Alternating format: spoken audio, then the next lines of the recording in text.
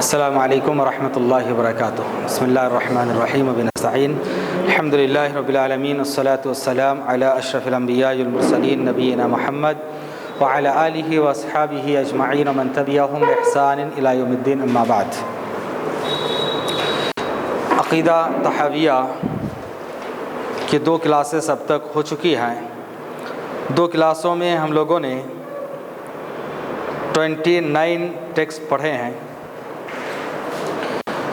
28 تک توحید کے تعلق سے ہیں، 28 تک توحید کے بارے میں ہیں، اور شروع میں مؤلف نے یہی کہا نقول فی توحید اللہ کی توحید میں ہم کہیں گے۔ تو ٹیکسٹ نمبر 28 تک توحید کے تعلق سے بات تھی۔ توحید کے بعد کا مرحلہ آتا ہے رسالت کا، تو 29 سے رسالت کے تعلق سے بات شروع ہو رہی ہے کہ محمد صلی اللہ علیہ وسلم اللہ کے رسول ہیں، وَأَنَّ مُحَمَّدًا، اور یہ بھی ہم ایمان رکھیں گے کہ محمد صلی اللہ علیہ وسلم عبدہ، اللہ کے بندے ہیں، المصطفیٰ، جن کو اللہ نے برگزیدہ بنایا، چنا ہے، وَنَبِيُّهُ، اور اللہ کے نبی ہے، المجتبیٰ، جن کو اللہ نے مبعوث کیا ہے، سلیکٹ کیا ہے، وَرَسُولُهُ، اور اللہ کے رسول ہے، المرتضیٰ، جن کو اللہ تعالیٰ جن سے راضی ہے۔ یہاں تک گزشتہ کلاس میں بات ہو چکی تھی۔ اس کے بعد کا ٹیکسٹ ہے وَإِنَّهُ خَاتَمُ الْأَنْبِيَاءِ،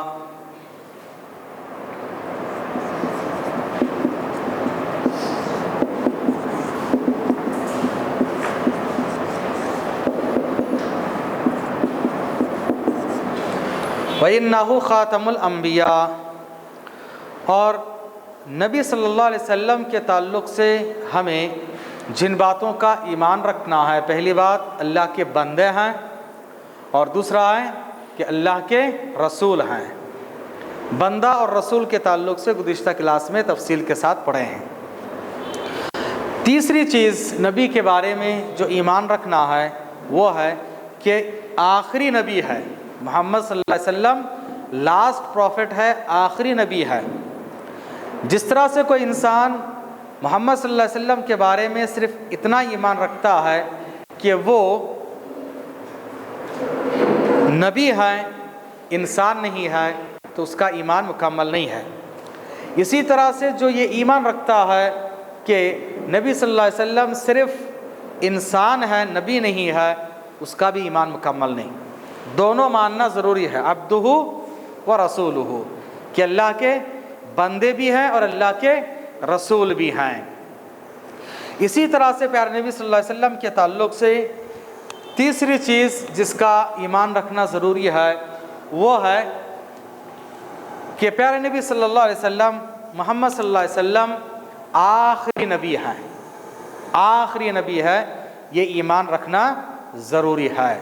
جو انسان یہ ایمان نہیں رکھتا ہے اس کا ایمان رسالت کے بارے میں مکمل نہیں ہے۔ جس طرح سے قادیانی لوگ ہیں، قادیانی لوگ کہتے ہیں کہ محمد صلی اللہ علیہ وسلم آخری رسول نہیں ہیں۔ نبی صلی اللہ علیہ وسلم کو، محمد صلی اللہ علیہ وسلم کو نبی مانتے ہیں، وہ لوگ رسول مانتے ہیں کہ ہاں بھائی یہ نبی ہے، رسول ہے، لیکن لاسٹ پروفٹ نہیں، ان کے بعد بھی نبی آئیں گے، اور انہی میں سے وہ کہتے ہیں کہ غلام احمد قادیانی بھی ایک نبی ہے، ایک رسول ہے۔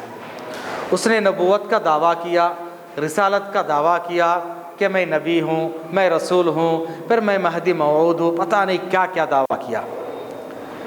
چونکہ یہ لوگ رسالت کا ایک تیسرا پارٹ کہ محمد صلی اللہ علیہ وسلم لاسٹ پروفٹ ہے، آخری نبی ہے، اس کو نہیں مانتے، اس لیے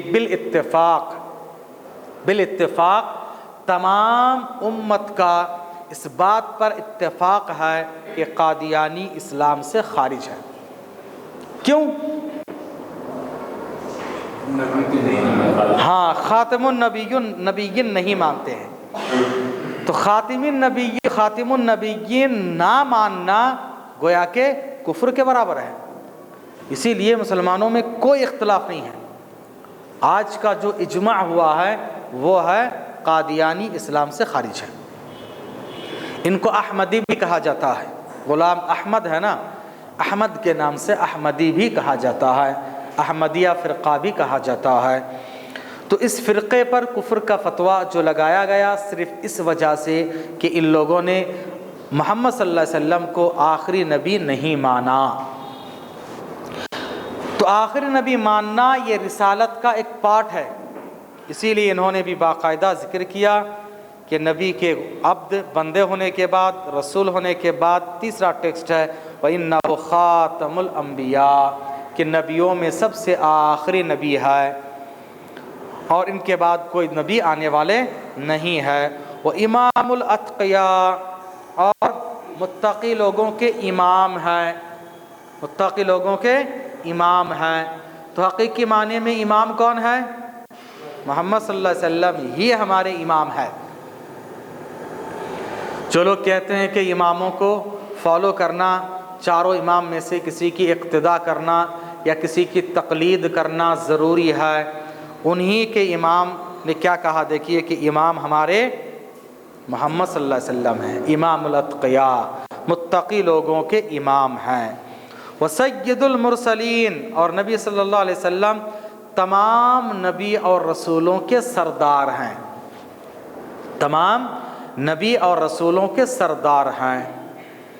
اس کا ثبوت جب آپ صلی اللہ علیہ وسلم معراج کا سفر کر رہے تھے، بیت المقدس پہنچے تو وہاں پر تمام انبیاء موجود تھے، تو امامت کا مقام جس کو ملا وہ ہے آپ صلی اللہ علیہ وسلم۔ تو گویا کہ تمام نبیوں کے بھی وہ امام ہیں، ہمارے بھی امام ہیں، تمام نبیوں کے سردار بھی ہیں، تمام انسانوں میں افضل ہے۔ وہ حبیب رب العالمین، اور رب العالمین یعنی اللہ تبارک تعالیٰ کے حبیب ہے، چہیتے ہیں۔ اس کے بعد کا ٹیکسٹ دیکھیے، وَكُلُّ دَعْوَ النُّبُوَّةِ بَعْدَهُ فَغَيٌّ وَهَوَىٰ۔ وَكُلُّ، اور ہر ایک، دعویٰ، ہر ایک طرح کے دعویٰ یعنی کلائم، نبوت کا دعویٰ، ہر طرح کے نبوت کا دعویٰ، جو بھی نبوت کا دعویٰ کرتا ہے، بعدہ، اس کے بعد، کس کے بعد؟ نبی کے بعد، محمد صلی اللہ علیہ وسلم کے بعد اگر کوئی نبوت کا دعویٰ کرتا ہے فغی، تو وہ گمراہی ہے، وہ ہوا اور اپنی نفسانی خواہشات کی اتباع ہے۔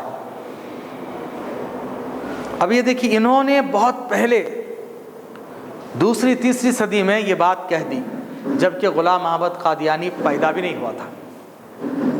اس سے پہلے ہی ان لوگوں نے بتا دیا، اور اس سے پہلے ہی اس کی وضاحت کر دی کہ جو بھی محمد صلی اللہ علیہ وسلم کے بعد نبوت کا دعویٰ کرے گا تو وہ گویا کہ گمراہ ہے، اور وہ اپنی نفسانی خواہشات کی گویا کہ اتباع کر رہا ہے، اس لیے ایسے آدمی کی بات نہیں مانی جائے گی۔ ٹیکسٹ نمبر 32، وَهُوَ الْمَبْعُوث، پیارے نبی صلی اللہ علیہ وسلم، محمد صلی اللہ علیہ وسلم کو مبعوث کیا گیا، بھیجا گیا، اِلیٰ عامَّةِ الْجِنِّ، تمام جنات کی طرف، وَكَافَّةِ الْوَرَىٰ، اور تمام مخلوقات کی طرف، بالحق، حق کے ساتھ، والہدیٰ، ہدایت کے ساتھ، وبالنور، اور نور کے ساتھ یعنی قرآن مجید، والضیاء، اور روشنی کے ساتھ۔ نبی صلی اللہ علیہ وسلم کی تعلیمات نورانی ہے، نبی کے حدیث یہ روشنی ہے، قرآن ایک روشنی ہے، اس لیے قرآن کو اللہ تبارک تعالیٰ نے روشنی کہا، نور کہا، اور نبی کی تعلیمات کو ایک روشنی کہا گیا، کیونکہ نبی کی تعلیمات کے ذریعے سے ایک انسان صحیح راستہ پاتا ہے۔ تو نبی نورانی نہیں ہے، نبی کی تعلیمات نورانی ہے، نبی پر جو قرآن نازل ہوا وہ نورانی ہے، اس میں نور ہے، لائٹ ہے، انسان کے لیے گائیڈنس ہے۔ تو اس میں اور ایک بات ہے، نبی کے تعلق سے چوتھا ایمان یہ رکھنا ہے، پہلا ایمان بندہ ہے، دوسرا رسول ہے، تیسرا تمام خاتم النبیین ہے۔ چوتھا ہے کہ پیارے نبی صلی اللہ علیہ وسلم تمام نبیوں کے سردار ہے، تمام کے امام ہیں۔ پانچواں، نبی صلی اللہ علیہ وسلم محمد صلی اللہ علیہ وسلم تمام انسان اور جنات اور تمام مخلوقات کے نبی ہیں، تمام کے نبی بنا کر بھیجا گیا۔ جیسے کہ نبی صلی اللہ علیہ وسلم نے حدیث میں فرمایا کہ میرے سے پہلے جتنے انبیاء اور رسول آئے وہ ایک خاص قوم، خاص علاقہ، خاص لوگوں کے لیے تھے، لیکن مجھے اللہ نے تمام کے لیے بھیجا ہے۔ تمام کیا ہیں؟ جو لوگ کہتے ہیں کہ محمد صلی اللہ علیہ وسلم صرف عربوں کے نبی ہے، عربوں کے رسول ہے، یہ غلط ہے۔ عرب، عجم، انسان، جنات، تمام کے لیے آپ صلی اللہ علیہ وسلم یکساں رسول بنا کر بھیجے گئے۔ یہ ہمارا پانچواں ایمان ہونا چاہیے۔ اللہ کے رسول کے تعلق سے رسالت کے بارے میں یہ پانچواں ایمان کہ نبی صلی اللہ علیہ وسلم جنات اور انسان تمام کے لیے نبی تھے۔ اسی لیے ہم دیکھتے ہیں کہ محمد صلی اللہ علیہ وسلم پر بہت سارے جنات بھی ایمان لے کر آئے، بہت سارے جنات بھی ایمان لے کر آئے۔ کئی موقع پر طائف کے سفر میں جب آپ صلی اللہ علیہ وسلم کو لہو لہان کر دیا گیا، جب آپ واپس ہو رہے تھے تو ایک نخلستان کھجور کے باغ کے پاس آپ قرآن کی تلاوت شروع کیے، تو اس وقت جنوں کی ایک جماعت اوپر سے جا رہی تھی، قرآن کی تلاوت سن کر وہاں پر وہ لوگ اتر گئے، نبی صلی اللہ علیہ وسلم سے ملاقات کیے، نبی پر ایمان لائے، اور پھر وہاں سے وہ لوگ اپنی قوم کے پاس جا کر دعوت بھی دیے ان کو۔ پھر ایسے کئی احادیث ہیں کہ نبی کا جنوں کے پاس جانا، جنات کا نبی کے پاس آنا، نبی پر ایمان لانا، دعوت تبلیغ کا کام کرنا، یہ سب کے سب ثابت ہیں۔ اس سے معلوم ہوتا ہے کہ نبی صلی اللہ علیہ وسلم جنات کے لیے بھی رسول تھے۔ اسی لیے جہاں پر نبی کی تعلیمات انسانوں کے لیے ہیں، ساتھ ساتھ جنات کے لیے بھی ہیں۔ آپ نے فرمایا کہ تم لوگ گوبر اور ہڈی سے استنجا نہ کرو، اس لیے کہ یہ تمہارے بھائی جنات کی غذا ہے۔ تو معلوم ہوا کہ آپ صلی اللہ علیہ وسلم نے احکام اور شریعت کی بہت ساری باتیں جنات کے لیے بھی بتایا ہے۔ کیوں بتایا؟ کیونکہ آپ جنات کے لیے بھی رسول تھے۔ ساتھ ہی ساتھ آپ جانوروں، دوسرے مخلوقات سب کے بارے میں بتایا، جانوروں کے حقوق کیا ہے، درختوں کے حقوق کیا ہے، حجر و شجر، پانی، آسمان، زمین، ماحول، سب کے بارے میں بتایا، کیونکہ آپ تمام مخلوقات کے لیے نبی بنا کر بھیجے گئے تھے۔ یہاں تک نبوت کا سلسلہ ختم۔ نبوت کے بارے میں جو ایمان ہمارا ہونا چاہیے، رسالت کے بارے میں یہ 5 اچھی طرح سے یاد رکھیے۔ نمبر 1، عبدہ، محمد صلی اللہ علیہ وسلم اور تمام نبی اللہ کے بندے تھے پہلے۔ پھر رسولہ، نمبر 2، پھر اس کے بعد وہ رسول ہیں، نبی ہیں۔ نمبر 3، خاتم النبیین ہے، لاسٹ پروفیٹ ہے، تمام کے آخر میں آئے۔ نمبر 4، تمام کے سردار ہیں، تمام کے امام ہے، تمام سے افضل ہے، اللہ کے حبیب ہے، اللہ کے پیارے ہیں۔ اور نمبر 5 کہ تمام طرح کے نبوت کے دعویٰ، نمبر 5 ہو گیا۔ نمبر 5 یہ ہے کہ نبی صلی اللہ علیہ وسلم کی نبوت انسان اور جنات سب کے لیے یکساں ہے، اور جو آدمی نبوت کا دعویٰ کریں وہ باطل ہے، گمراہ ہے اور اسلام سے خارج بھی ہے۔ جو بھی مانے کہ نبی صلی اللہ علیہ وسلم آخری نبی نہیں ہے، ان کے بعد نبی آنے والے ہیں، وہ غلط ہیں، یاد رکھیں۔ یہاں تک رسالت کا سلسلہ ختم۔ اس کے بعد ٹیکسٹ نمبر 33 میں قرآن کے تعلق سے بات آ رہی ہے۔ ان القرآن کلام اللہ،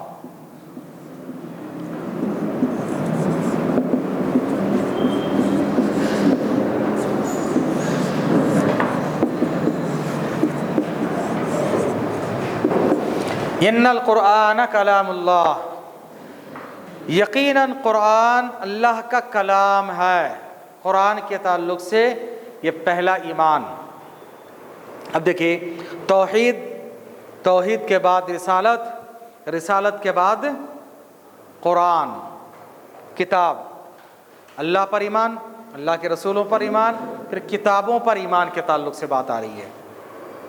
کیونکہ اللہ اس کے رسول پر ایمان کا لازمی تقاضا ہے کہ اللہ کی کتاب پر بھی ایمان رکھا جائے۔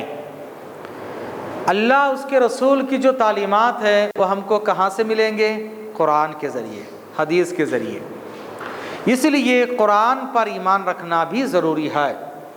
اگر کوئی انسان قرآن پر ایمان نہیں رکھتا تو اس کا ایمان مکمل نہیں ہو سکتا۔ قرآن کے تعلق سے پہلا ایمان یہ رکھنا ہے کہ وہ اللہ کا کلام ہے۔ کلام یعنی ورڈز، اللہ کے ورڈز ہے، یہ ورڈز آف اللہ، اللہ کے ورڈز ہے، اللہ کے کلام ہے۔ کا مطلب کیا ہوا؟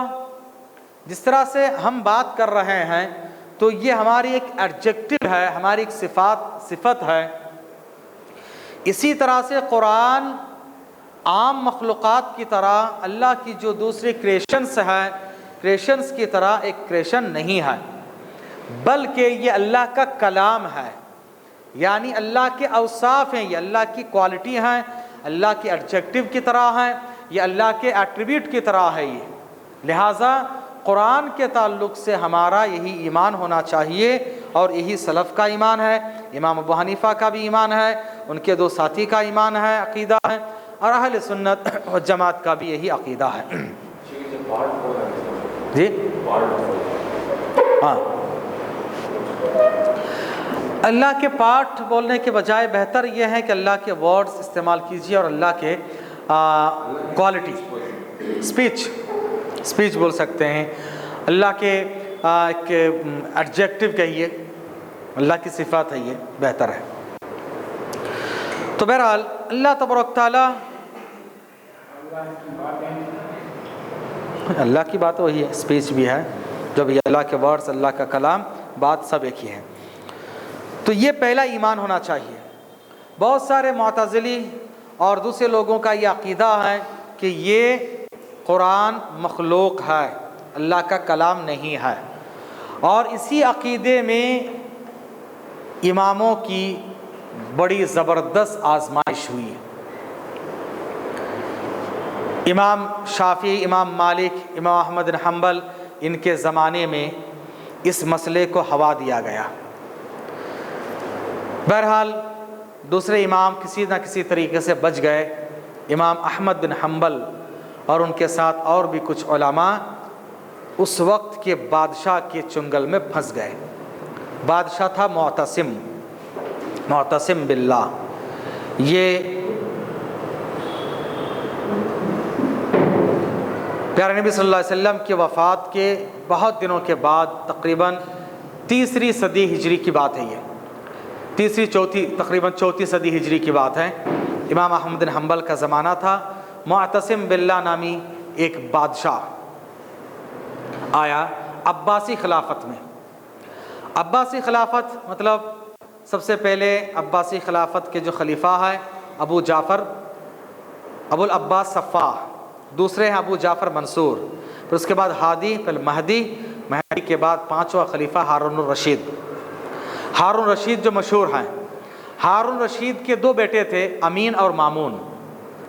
امین اور مامون دونوں کے درمیان زبردست جنگ ہوئی۔ اس کے بعد امین چونکہ بڑا تھا، پہلے خلیفہ بنا، امین کو مامون ہرا دیا، ختم کر دیا، مار دیا۔ اس کے بعد مامون بادشاہ بنا۔ مامون کے بادشاہ بننے کے بعد مامون نے جہاں بہت اچھا کام کیا، وہیں پر بہت برا کام بھی کیا۔ امین اصل میں عربی النسل تھے۔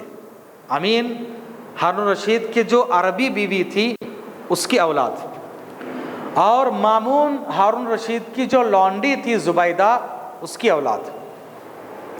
اور یہ اصل میں ایرانی نسل، مجوسیوں سے تعلق رکھتی تھی زبیدہ۔ پھر اس کے بعد اسلام قبول کی، بہرحال جو بھی ہے۔ تو امین کے ساتھ عربوں کی عصبیت تھی، مامون کے ساتھ عجمیوں کی عصبیت تھی۔ تو دو بھائی، اصل میں یہ عرب اور عجم کی جنگ شروع ہو گئی۔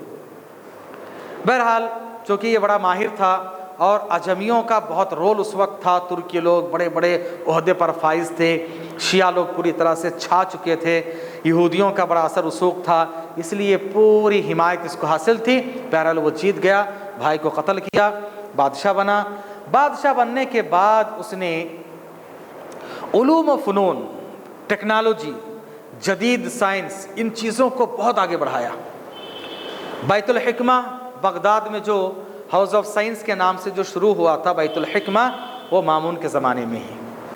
اسی طرح سے کارڈوا میں، وہاں پر بھی زبردست، اسپین میں بہترین طریقے سے اندلس میں کام چل رہا تھا، ریسرچ کا بہت کام چلا۔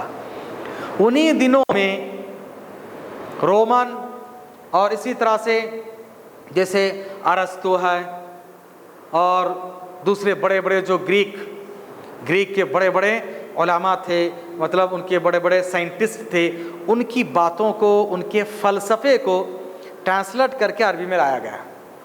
فلسفہ جب آیا، فلسفہ آنے کے بعد فلسفی کے ذریعے سے اب لوگ دین کو بھی عقل سے، فلسفی سے سمجھنا شروع کیے۔ اس کے نتیجے میں آہستہ آہستہ آہستہ یہ سب باتیں آئیں اور عقیدے میں خرابی پیدا ہوئی، اور سب سے پہلے یہی مسئلہ چھڑا گیا کہ قرآن کیا ہے۔ تو اس وقت کے لوگوں نے کہہ دیا، شیعوں کی سازش تھی، یہودی ان کے پیچھے تھے، مجوسی اور ایرانی لوگ تھے، ان سب مل کر کہہ دیا کہ قرآن مخلوق ہے۔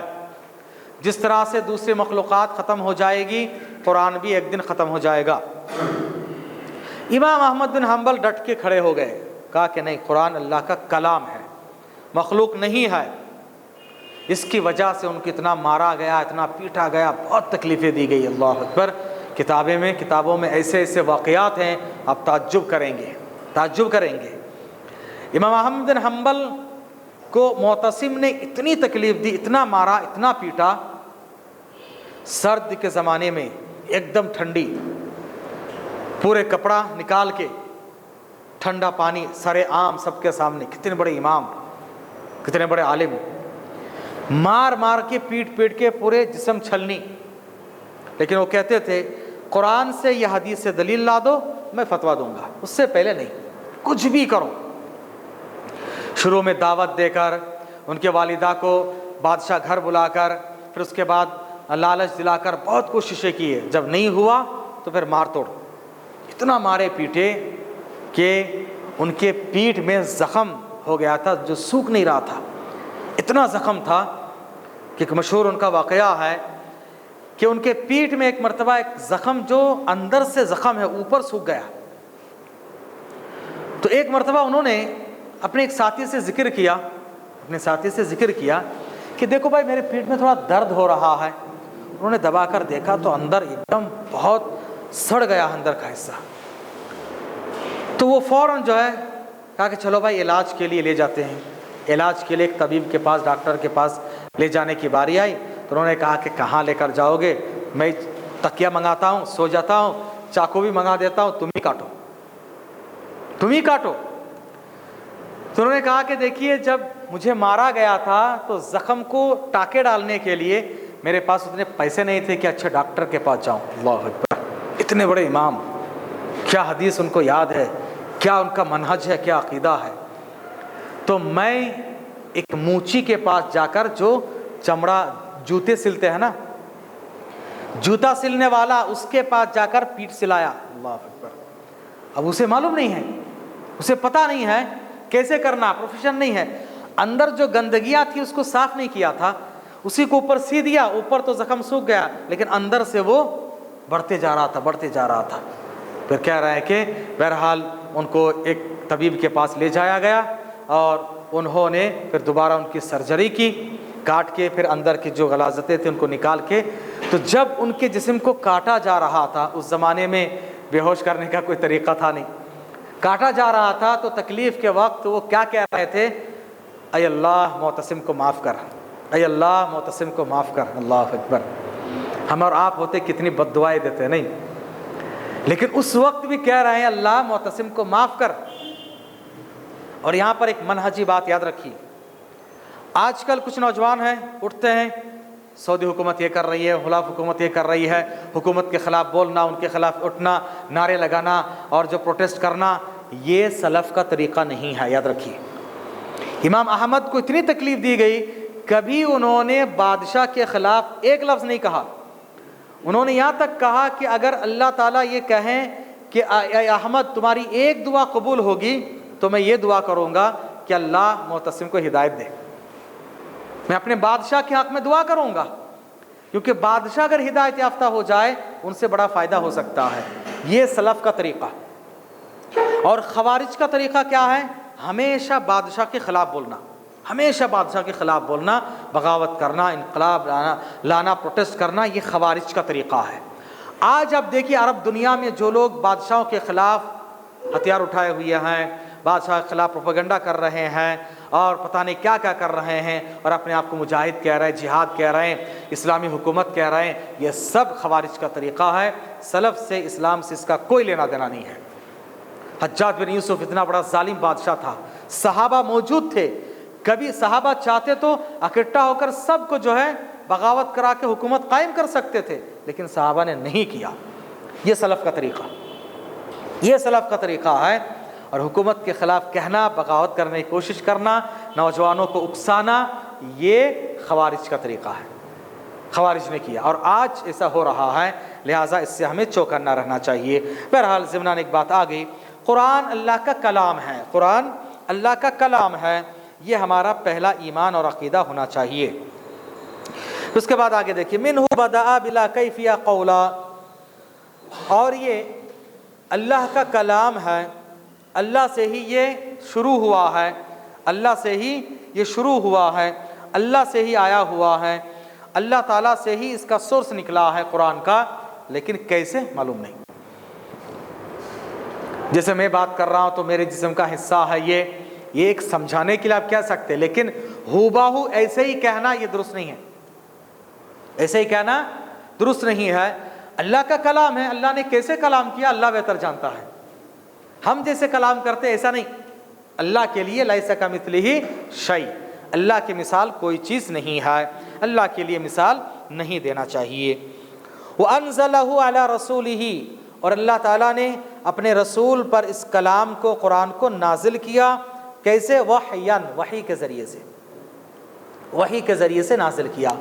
نبی صلی اللہ علیہ وسلم کے پاس جو وحی آتی تھی اس کے 4-5 طریقے تھے، 4-5 طریقے وحی آنے کے. نمبر 1، جبریل امین آتے، اور یہ سب سے زیادہ خطرناک طریقہ ہوتا، سب سے زیادہ تکلیف دہ. کہ صحیح بخاری کی دوسری حدیث ہے کہ جب جبریل کے آنے کا وقت ہوتا تو گھنٹی بجتی، مثل سلسلۃ الجرس، حدیث کے الفاظ ہیں کہ جس طرح سے موبائل میں رنگ ہوتا ہے ایسے رنگ ہوتا تھا، اور نبی کو ہی پتہ چلتا، کسی اور کو نہیں. اب دیکھیے نبی کے زمانے میں موبائل کا تصور آ گیا تھا، تو نبی اس وقت کہتے زملونی، چادر اوڑھ دو. نبی کو چادر اوڑھ دیا جاتا، فرشتے آتے، جبریل آتے، وحی کر کے چلے جاتے. اگر سخت سردی کا زمانہ ہوتا، نبی جب چادر ہٹاتے پسینے سے شرابور ہو گئے ہوتے، اونٹ پر بیٹھے ہوتے، وہی نازل ہونا شروع ہو جاتا تو اونٹ بیٹھ جاتا، برداشت نہیں کر پاتا، کیونکہ یہ ایک بہت وزنی کلام ہے. اللہ نے فرمایا اِنَّا سَنُلْقِي عَلَيْكَ قَوْلًا ثَقِيلًا، یقیناً ہم آپ پر بہت وزنی، بہت ہیوی، بہت بھاری کلام نازل کرنے والے ہیں. ایک طریقہ. دوسرا طریقہ، فرشتے خود انسان کی بھیس میں آ جاتے تھے، فرشتے انسان کی بھیس میں آ جاتے تھے. جیسے کہ حدیث جبریل ہے، ایمان، اسلام کیا، ایمان کیا، احسان کیا، قیامت کی علامت کیا کیا ہے، قیامت کب آئے گی، سے بخاری مسلم کی حدیث ہے. نبی نے بتایا بتایا بتایا، تو جانے کے بعد پوچھا کہ معلوم ہے کون آیا تھا؟ تو آپ صلی اللہ علیہ وسلم نے فرمایا کہ یہ جبریل آئے تھے انسانی بھیس میں. دوسرا طریقہ. تیسرا طریقہ، پردے کے اوٹ سے اللہ تعالیٰ ڈائریکٹ نبی کو بات کرتا، لیکن بیچ میں پردہ، من وراء الحجاب. قرآن نے کہا من وراء الحجاب، پردے کے اوٹ سے. جیسے معراج کی رات نبی سے اللہ تعالیٰ نے ڈائریکٹ بات کیا، ڈائریکٹ بات کیا، اور 3 تحفے دیا، 3 تحفے دیا. پہلا تحفہ 50 وقت کی نماز. دوسرا تحفہ سورہ بقرہ کی آخری آیتیں. اور تیسرا تحفہ جی اہل توحید کے گناہوں کو اللہ تعالیٰ معاف کر دے گا. یہ جو 3 کمانڈ ملے، نبی بار بار جا رہے تھے، کم کر کے لا رہے تھے، یہ ڈائریکٹ اللہ سے بات ہو رہی تھی. لیکن بیچ میں پردہ، یہ بھی وحی کا یہ بھی طریقہ ہے۔ سورہ بقرہ کے آخری جو آیتیں ملی ہے وہ فرشتے کے ذریعے سے نہیں، ڈائریکٹ اللہ کو نبی کو دیا ہے من وراء حجاب، پردے کے اوٹ سے۔ چوتھا طریقہ خوابوں کے ذریعے، نبیوں کا خواب سچا ہوتا ہے۔ پانچواں ذریعہ القاء کا مطلب دل میں بات ڈال دینا، اللہ تعالیٰ نبی کے دل میں بات ڈال دیتا ہے، پھر نبی وہ کام کرتے ہیں۔ تو نبی کے پاس وحی آنے کے یہ 5 طریقے ہیں، یاد رکھیے۔ تو قرآن کو وحی کے ذریعے یعنی ان 5 طریقے سے قرآن و حدیث کو نازل کیا گیا۔ وصدقہ المؤمنون، اور مومن لوگ اس کی تصدیق کرتے ہیں۔ علی ذلک حقا، اس پر حق کے ساتھ، وایقنوا، اور یقین رکھتے ہیں، انہ کلام اللہ، کہ یہ اللہ کا کلام ہے، بالحقیقہ حقیقت میں، لیس بمخلوق، یہ مخلوق نہیں ہے، کہ کلام البریہ، مخلوقات کے کلام کی طرح۔ فمن سمعہ، اور جو اس کو سنا ہے، فزعم انہ کلام البشر، اور قرآن کو سننے کے بعد جس نے یہ کہا کہ یہ انسان کی بات ہے، انسان کا کلام ہے، فقد کفر، تو اس نے کفر کیا۔ اگر کوئی کہے کہ قرآن اللہ کا کلام نہیں، انسان کا کلام ہے، نبی کا کلام ہے، تو اس نے کفر کیا۔ وقد ذمہ اللہ وعاب، ایسے لوگوں کے اللہ تعالیٰ نے بہت خطرناک وعید بیان کی ہے اور ان کی مذمت کی ہے، او عدا، ان کو وعید سنائی ہے، عذاب کی خوشخبری دی ہے، بسقر، جہنم کی، حیث قال، جیسے کہ اللہ نے فرمایا، سأصلیہ سقر۔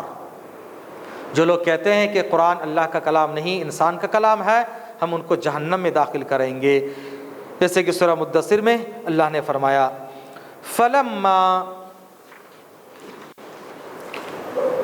فلما اوعد اللہ بسقر، جب اللہ تعالیٰ نے جہنم کی وعید سنائی ہے، لمن قال، جو یہ کہتا ہے، ان ھذا الا قول البشر، کہ یہ انسان کا کلام ہے۔ قرآن کو اگر کوئی انسان کا کلام کہے تو اس کو اللہ نے جہنم کی وعید سنائی۔ علمنا، تو ہم نے جان لیا، وایقنا، ہم نے یقین کر لیا، انہ قول خالق البشر، کہ یہ قرآن خالق البشر، انسانوں کے خالق یعنی اللہ کا کلام ہے، اللہ کا قول ہے۔ ولا یشبہ قول البشر، اور اس کو انسان کے قول کے مشابہ جیسے قرار نہیں دیا جائے گا۔ اس کے بعد آخری دیکھیے، ومن وصف اللہ بمعنی من معانی البشر فقد کفر، جو آدمی قرآن کو انسان کے کلام اور انسان کے باتوں اور انسان کے میننگ کی طرح میننگ بتاتا ہے، انسان کی باتوں کی طرح کرتا ہے اور کہتا ہے، فقد کفر، اس نے کفر کیا۔ فمن ابصر ھذا اعتبر، جو اس کو غور سے دیکھے گا، غور سے پڑھے گا تو عبرت حاصل کر پائے گا۔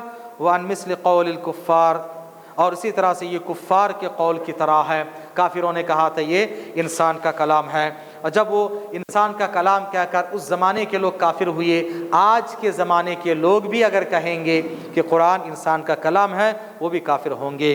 وعلم انہ بصفاتہ لیس کالبشر، اور یاد رکھیے کہ یہ اللہ کے صفات ہیں لیکن انسان کے صفات کی طرح نہیں۔ تو بہت ہی اتنے بہترین الفاظ میں انہوں نے بیان کیا ہے قرآن کے تعلق سے۔ تو آج کے درس میں ہم لوگوں نے کلام اللہ یعنی اللہ کی کتاب قرآن کے تعلق سے معلومات حاصل کی ہے قرآن کے بارے میں۔ اس کے بعد ٹیکسٹ نمبر 35 سے انشاءاللہ الگ چیزیں ہیں کہ اللہ تعالیٰ کا دیدار، جنت اور جہنم، اس کے تعلق سے معلومات حاصل کریں گے۔ اللہ کے دیدار کے تعلق سے، جنت و جہنم کے تعلق سے اس سے پہلے سرسری باتیں ہم نے معلوم کی تھی، انشاءاللہ دوبارہ کچھ باتیں آئیں گی۔ سبحانک اللہم وبحمدک، اشہد ان لا الہ الا انت، استغفرک و اتوب الیک۔ صلی اللہ علیہ نبینا محمد۔